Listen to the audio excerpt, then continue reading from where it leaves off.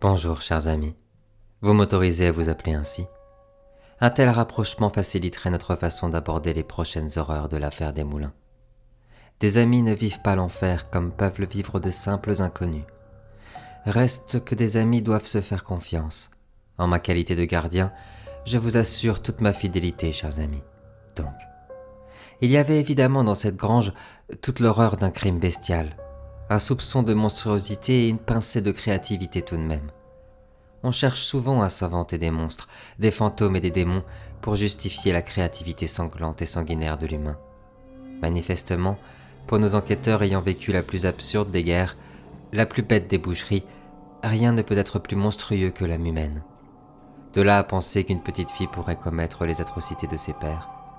Il leur faudra plus de preuves. Ça tombe bien. Un nouveau jour se lève plus clément. Soyez attentifs.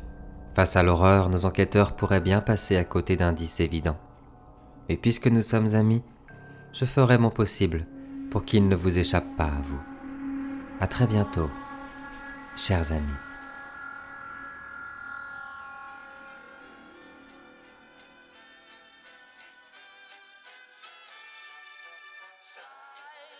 Introduction.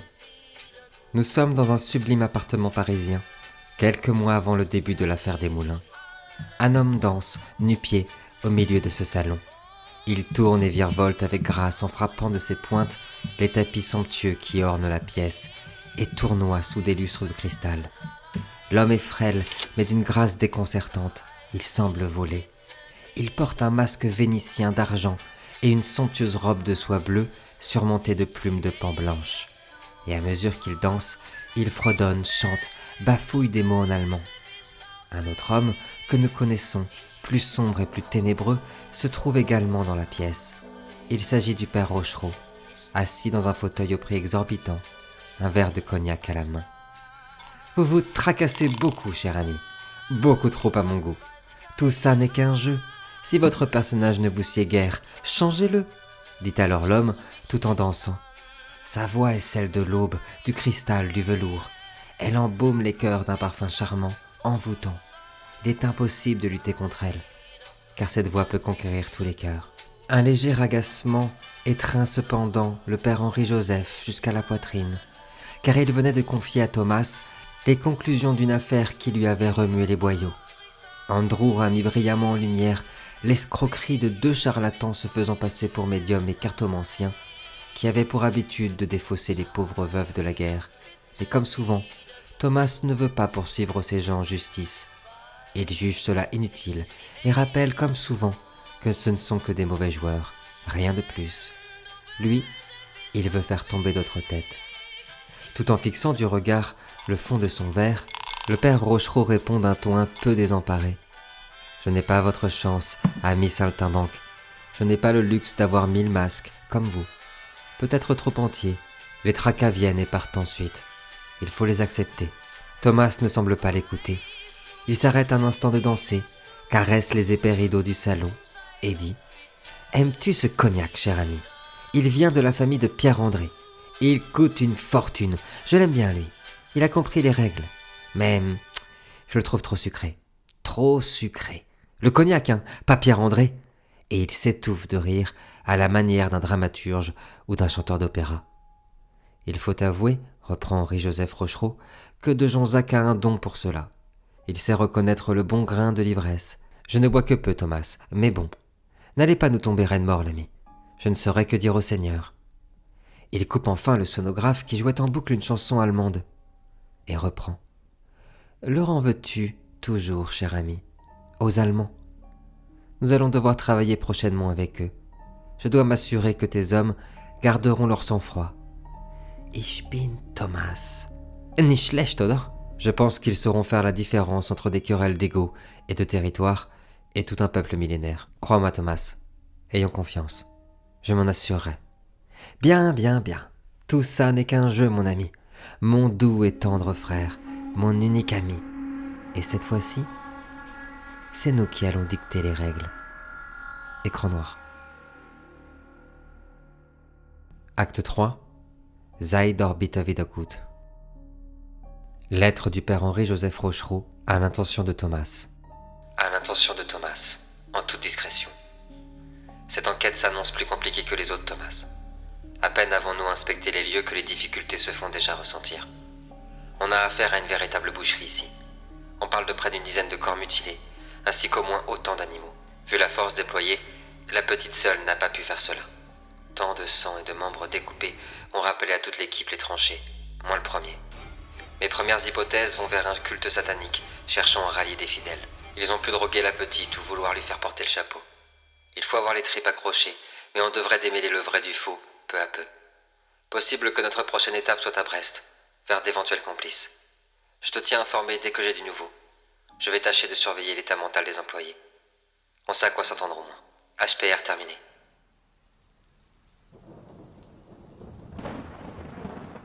Nous nous retrouvons dans la salle commune d'un hôtel modeste du Finistère, à quelques kilomètres de la maison des Desmoulins, au lendemain de la découverte de la Seine. Dehors, il pleut toujours à torrents. L'hôtel n'est ni chaleureux ni accueillant, mais il a la qualité d'être généreux. Il est tenu par Christelle Laudrac, une gérante au caractère bien trempé. Il vaut mieux, vous me direz. Avec un temps pareil, les hommes de paille fondraient à vue d'œil. Même les dieux ne résisteraient à un tel déluge. Ici ne survit que les enfants de l'océan. 2 de nos enquêteurs sont déjà à table. Café et petit déjeuner ont été déposés généreusement. Le premier est Andrew, toujours à l'heure, à se demander d'ailleurs s'il dort parfois. Il feuillette le journal local en trempant ses tartines dans un café noir. Le second est le père Rochereau, qui n'a pas levé les yeux de son livre de prière depuis de longues minutes. Le coucou qui domine la grande pièce et surplombe le vieux zinc du bar de Christelle indique 7h01. Les autres sont en retard, comme toujours. Ah tiens, les voilà. En silence et dans ses songes, Jean-Emmanuel Pierre se sert un café, prend une tartine, puis va s'asseoir entre Henri-Joseph et Andrew. Puis il commence à sortir sa pipe et se ravise. Andrew est plongé dans le journal local. Il n'a pas fait attention à l'arrivée de ses camarades. Le journal parle de l'affaire Desmoulins et de l'arrivée d'enquêteurs privés. Il y a des rumeurs. Il serait dépêché par des hauts fonctionnaires de l'État, voire des ministres. Mais pourquoi ? Un journaliste parle également de Jean-Emmanuel en titrant « Un communiste dans le Finistère ?» et s'inquiète de la présence d'un rouge sur les terres bretonnes. Tiens, voilà Madame Claude qui entre dans la pièce, la tête emplie de questionnements. Cette nouvelle affaire, non contente d'être lugubre et humide, la met mal à l'aise. Elle ne saurait dire si ce sont les souvenirs qu'elle fait remonter et qu'elle préférait laisser là, ou bien cette ferme qui respire la misère et la tristesse, Marie ou encore Lucien. Elle s'ébroue élégamment et décide de partager ses questionnements avec ses compagnons. Son regard s'attarde sur le père Henri attablé. Madame Claude apprécie en effet tout particulièrement le titiller sur ses croyances. Elle s'approche de lui, à pas feutrés, et de manière à ce qu'il ne la remarque pas, elle lui souffle à l'oreille l'air légèrement railleur. « Possession ou pas possession ? Qu'en pensez-vous, mon père ?» Puis elle se tourne vers Andrew et s'adresse à lui d'une voix forte, sans aucun scrupule de le sortir de sa lecture. « Andrew, dites donc à nos compagnons votre découverte d'hier. » Le père Henri-Joseph lève le nez de son recueil et observe les autres membres de l'équipe entrer, tour à tour en analysant leur action. Puis, il répond calmement. « Cela m'étonnerait bien. Je ne pense pas que la petite soit derrière tout ça. Selon moi, nous avons plutôt affaire à une secte de fanatiques, des satanistes probablement. » Jugeant les explications et les conclusions un peu trop hâtives, Jean-Emmanuel Pierre se contente de râler dans sa barbe. « Tiens, voilà monsieur de Jonzac qui rentre fatigué et de mauvaise humeur. De raison à cela. Le lit était très inconfortable et la douleur, toujours bien présente à la cheville, le fait boiter. Le souvenir de tout ce sang hier dans la maison des Desmoulins fait aussi surgir des considérations déplaisantes sur le bas peuple et sa sauvagerie, ce qui n'améliore pas son humeur. Il s'approche donc doucement du père Henri-Joseph et lui dit « Croyez-vous, mon père, que je pourrais trouver en cet endroit un café suffisamment fort pour me faire oublier la misère et l'ignorance de ces pauvres gens. J'en ai désespérément besoin pour être efficace dans la suite de notre enquête. Le café de la maison n'est pas trop mal pour un café breton. Quant à la misère et l'ignorance des pauvres, je crois que les classes bourgeoises s'en régalent bien pour asseoir leur supériorité. Je pense également, mon ami, que ceci ne changera en rien notre avancée dans l'affaire. Asseyez-vous et parlons ensemble. » Madame Claude, décidément de bonne humeur en ce beau matin, reprend à l'attention d'Henri-Joseph. « Nous voilà bien d'accord, mon père. Plus sérieusement, Henri, avez-vous trouvé des traces en faveur d'une secte ? Pour ma part, je suis très intrigué par la relation entre Lucien et Marie, et ce bestiau. Enfin, la jeune femme remarque Jean-Emmanuel et se souvient qu'elle souhaitait lui poser une question hier. Elle l'apostrophe. « Et dites-moi, Jean-Emmanuel, est-ce si difficile d'extraire proprement une trachée ou bien à la portée de n'importe quel bougre ? Mes seules pistes pour une secte sont de pure déduction. Je pense simplement qu'une petite n'aurait pas pu découper ou arracher des organes. De plus, la proximité avec ce Lucien me paraît étrange. J'ai également vu un crucifix retourné dans la chapelle. C'est plutôt commun chez les hérétiques. Enfin, tout est arrivé trop vite. Une possession implique généralement une régularité. Or rien sur la petite auparavant, répond le père Rochereau. Après avoir bu une longue gorgée de café chaud, Jean-Emmanuel Pierre se retourne délicatement vers Madame Claude et dit « Ça dépend.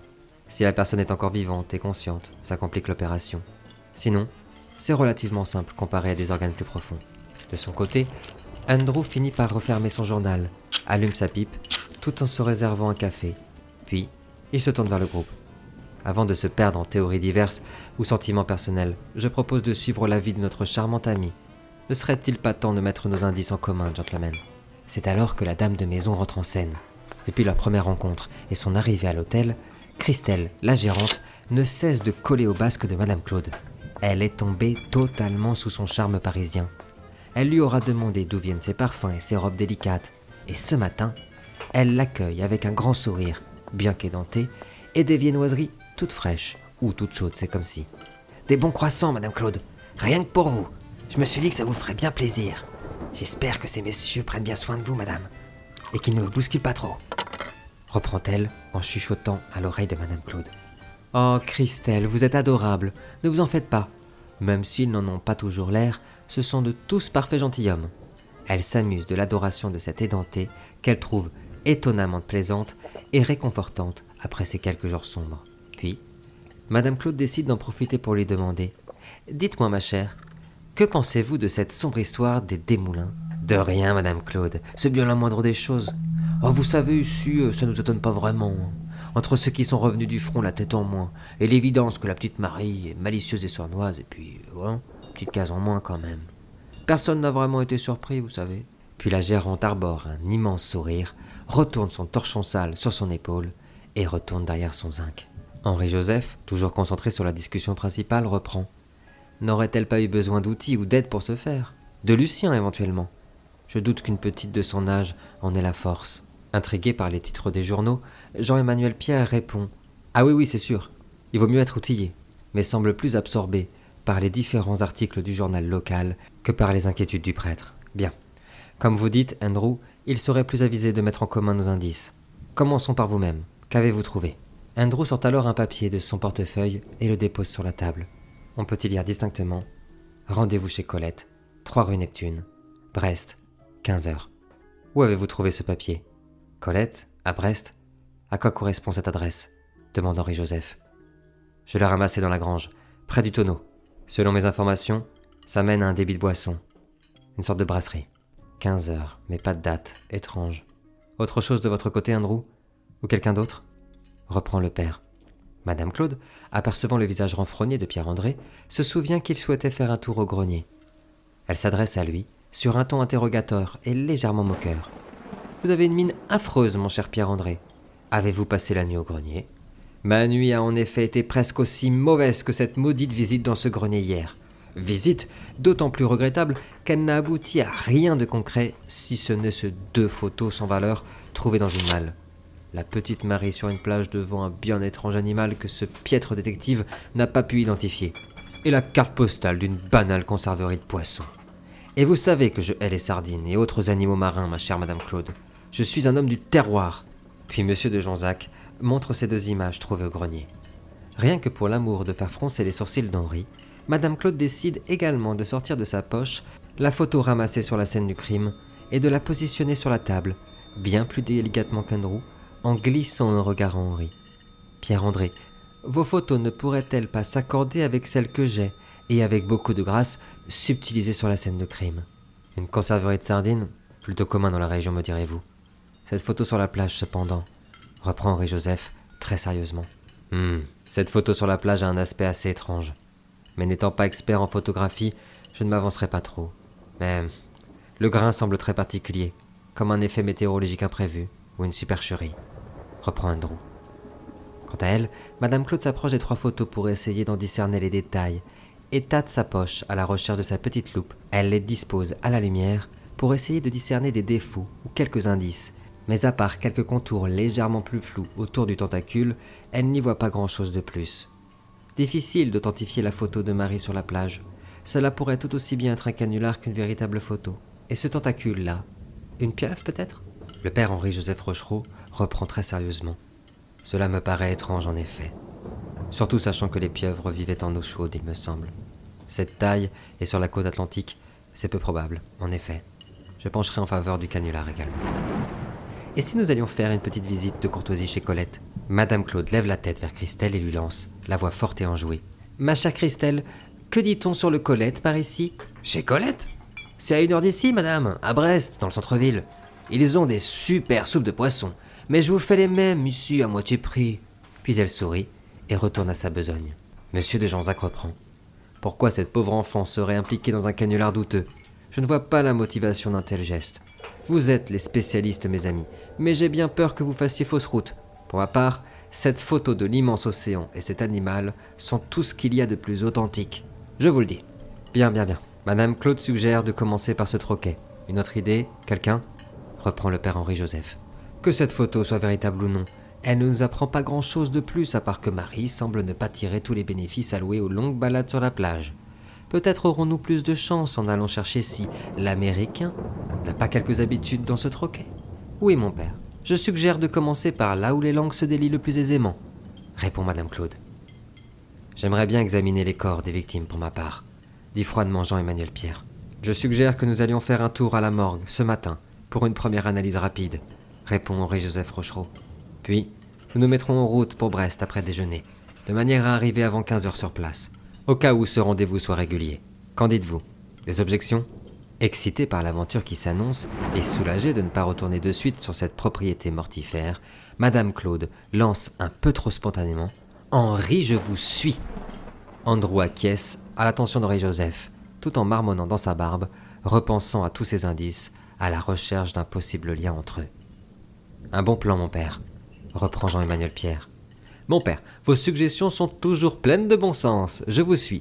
J'espère juste que nous trouverons de quoi nous restaurer correctement ce midi, avec autre chose que du poisson, si vous voyez ce que je veux dire, » répond enfin Monsieur de Janzac. Après de longues minutes à se préparer et un voyage de quelques dizaines de minutes, c'est une nouvelle fois la pluie battante qui accueille nos enquêteurs aux portes de la morgue. Lord Chénard et Walker, leurs 3 voitures de luxe, accostent sur les pavés mouillants du bâtiment. Il n'y a pas un chat. Et voilà que l'orage gronde maintenant. Monsieur de Janzac, à son habitude, peste contre cette météo et sort de la voiture sans prendre le temps de réajuster son veston, comme à son habitude. Il se dirige vers le bâtiment et frappe vivement à la porte. Après quelques secondes, voilà Monsieur de Janzac trempé guenné, il aperçoit une lumière à travers la vitre de la porte et entend des pas lourds et un homme pesté. « Mais qu'est-ce que c'est encore que ce raffut ? Si c'est encore les journalistes, sachez que je vous ai tout dit !» Puis la porte s'ouvre. L'homme ajuste ses lunettes, juge Monsieur de Janzac de haut en bas, marque un sursaut d'épaule, sans doute a-t-il remarqué la valeur de son veston, recoiffe ses quelques bouclettes qui n'ont pas encore été emportées par sa calvitie, tout saute et demande « que puis-je faire pour vous ?» Mais Monsieur de Janzac rentre précipitamment, essaie de se contenir, mais dit quand même « Eh bien quoi ? Est-ce là l'habitude de faire patienter indéfiniment sous ce déluge des visiteurs de notre acabit ? Cette région est vraiment surprenante et décevante. » Andrew sort alors de la voiture, ouvre la porte de Pierre-Henri-Joseph, en profite pour lui murmurer à l'oreille « Ne négligeons pas la petite. Elle est toujours incarcérée à l'asile. Nous n'avons pas parlé de cette piste, mon père. Mais nous devrons aller la rencontrer. La petite sera la prochaine étape, mon fils. Selon ce que nous trouverons comme information, nous aborderons la chose différemment. Merci beaucoup, Andrew, répond le prêtre avec bienveillance. Cette fois-ci, Madame Claude ne s'est pas fait avoir et a pris soin d'emmener son parapluie avec elle. Elle le déploie avant de sortir énergétiquement de la voiture et de se diriger d'un pas décidé à la suite de Pierre-André. D'ailleurs, celui-ci répond enfin à l'énigmatique personnage. « Pierre-André de Janzac, pour vous servir. » Pendant ce temps-là, à l'intérieur de la morgue, l'homme ébahi par l'assurance de Monsieur de Janzac ne fait que constater l'entrée en trompe du notable, puis se reprend et dit d'une voix forte et, tiens donc, un accent allemand Hardi, mais qui êtes-vous » Puis se retourne, remarque les autres enquêteurs qui approchent et s'exclame « Mais quelle diablerie vous a tous piqué aujourd'hui !»« Pierre-André de Jonzac, pour vous servir. Mes amis viennent à ma suite. À qui avons-nous l'honneur, monsieur ? Messieurs ?» L'homme, gêné, tousse, réajuste une nouvelle fois ses lunettes, ce qui ne manque pas d'agacer monsieur de Jonzac. Manifestement, cet homme n'a pas les moyens de s'acheter une monture convenable, et reprend. « Pardon, messieurs, madame, je vous ai confondu avec ces vautours de journalistes. J'ai bien été prévenu de la visite d'un certain monsieur Rochereau. Je m'appelle Klaus Bergmann. Je travaille ici depuis quelques années. » À l'entente de son accent, en rentrant et en passant à côté de lui glisse avec un beau sourire « Guten Morgen, Herr Bergmann. Auriez-vous l'amabilité de nous indiquer là où nous pourrions trouver les corps des Desmoulins ?» Surpris par le bel accent germain de l'élégante Madame Claude, monsieur Bergmann plonge son regard dans celui de la jeune femme et répond « Enchanté, Fraulein. Les corps, dites-vous ? Oh, je crois que vous n'ayez été mal informé. Les hommes de Paris sont venus les chercher hier. Il ne me reste plus que celui du père Desmoulins. » Le père Henri-Joseph Rochereau s'approche calmement, aux côtés d'Andrew, vers ce monsieur, et lui tend la main. « Enchanté. Je suis le père Rochereau en question. Monsieur Bergmann, c'est bien cela ? J'ai ouï dire que vous travaillez ici depuis quelques années. Ça n'a pas dû être facile pour vous. Permettez-vous » Puis lance un signe vers l'intérieur du bâtiment. « Bien sûr, monsieur, bien sûr, je vous en prie, après vous. » Pour sa part, Andrew se contente d'adresser un simple hochement de tête à ce Bergmann et en profite pour l'observer un peu. Est-ce son imagination ou semble-t-il nerveux ? Madame Claude reprend. « De Paris, dites-vous ? Qui était-ce » D'un ton énervé, manifestement agacé, Jean-Emmanuel Pierre rajoute « Et les rapports d'autopsie ? Et les analyses préliminaires ? Des hommes du gouvernement, manifestement. Ils ont été envoyés par le Premier ministre. Ils avaient un papier officiel, » reprend le docteur. « Ils ont tout emporté, monsieur. Le document qu'ils ont apporté était signé et daté. Je n'ai pas eu mon mot à dire. » « Voyons, calmez-vous, messieurs. Ce pauvre monsieur Bergmann n'y est pour rien. » « Est-ce vous, mon cher monsieur, qui avez examiné les corps des Desmoulins ?» reprend Madame Claude. L'homme commençait en effet à suer et à se montrer nerveux. Au dire de Madame Claude, il sourit nerveusement et reprend. « C'est bien moi, madame. Moi et moi seul. Le corps du père des Desmoulins est toujours en bas si vous souhaitez l'examiner. Bien évidemment, ce n'est rien contre vous, docteur. Pouvons-nous voir le corps du père alors ? Je vous prie. » Très obéissant lorsqu'il s'agit de répondre au père Rochereau, l'homme s'incline, physiquement, tend la main et montre la voie en direction des escaliers. « Par là, mon père. Bien, très bien. Vous auriez donc également la possibilité de nous en faire un compte-rendu oral de ces autopsies, docteur. Hein ? Meine Liebe. » Alors qu'il s'apprêtait à suivre le père Rochereau, l'homme s'arrête, surpris par les derniers mots en allemand de Madame Claude. Il réajuste une énième fois ses lunettes et répond « Bien sûr, madame. » Pendant que le père Henri occupe l'attention du croque-mort, monsieur de Jonzac s'écarte discrètement et file vers son bureau pour voir si ces hommes du gouvernement ont laissé des papiers ou autre chose de ce genre. En chemin dans les escaliers, le père Henri-Joseph profite de marcher à ses côtés pour lui demander « Et comment êtes-vous arrivé dans cette morgue à travailler, docteur ?» Alors que tous, excepté monsieur de Jonzac, se dirigent vers le sous-sol, l'air devient de plus en plus comprimé et froid. L'escalier est raide et étroit. Une odeur très spécifique se dégage déjà de cet endroit. Il s'agit de l'odeur de la mort. Certains de nos enquêteurs la connaissent très bien. Pour certains, il s'agit d'un parfum indélébile qui colle à leur peau. Pour d'autres, il s'agit d'une angoisse naissante. Le docteur répond au père Rochereau. « J'ai été affecté ici pendant la guerre, alors que j'ai été fait prisonnier, car il n'y avait plus de médecins disponibles dans la région. J'ai d'abord épaulé mon ancien collègue, paix à son âme, puis j'ai repris son affaire. C'est à ce moment exact que Jean-Emmanuel Pierre va commencer à vaciller tandis qu'il descend également ces maudits escaliers. D'abord le froid dans ses narines se transforme en l'odeur de la poudre, du feu et du sang. Une odeur de fer persistante, comme si des clous déchiraient son âme. Cet escalier étroit, en colimaçon qui descend vers les gorges de l'enfer, lui rappelle tant de choses, oui. Il lui rappelle les boyaux des tranchées, les boyaux mêlés à la boue aussi, de ceux qui agonisent, en hurlant, en appelant à l'aide, en priant tous les dieux, tous les saints, en demandant pardon aussi. Voilà que Jean-Emmanuel titube. Il ne peut que s'abandonner à sa crise, et lorsque la main, pourtant bienveillante d'Andrew se pose sur son épaule pour s'assurer qu'il va bien, il est pris d'une hallucination, et au lieu de voir son fidèle collègue, il lui semble apercevoir le visage d'un de ces nombreux soldats défigurés, déchiquetés par l'horreur de la guerre, la chair béante, des vers grouillants à l'intérieur de la mâchoire, l'odeur fumante des obus, et le gaz, les corps déchiquetés de ceux qui furent oubliés, par bien trop, mais jamais par Emmanuel Pierre. Écran noir.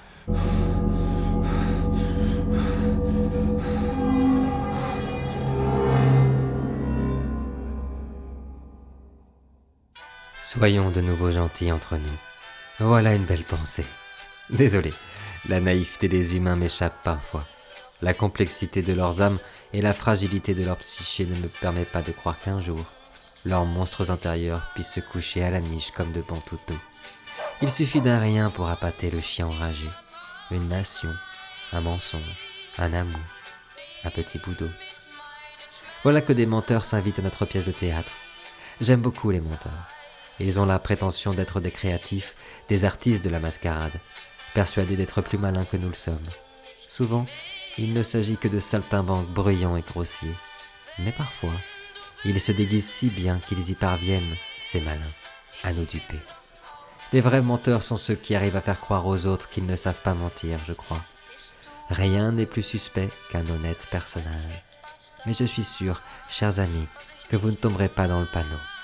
Les menteurs auront un rôle important dans notre pièce, comme ils en ont eu toujours dans votre monde, d'ailleurs. À la semaine prochaine, et d'ici là bien évidemment, chers amis, prenez bien soin de vous, et que l'horreur commence.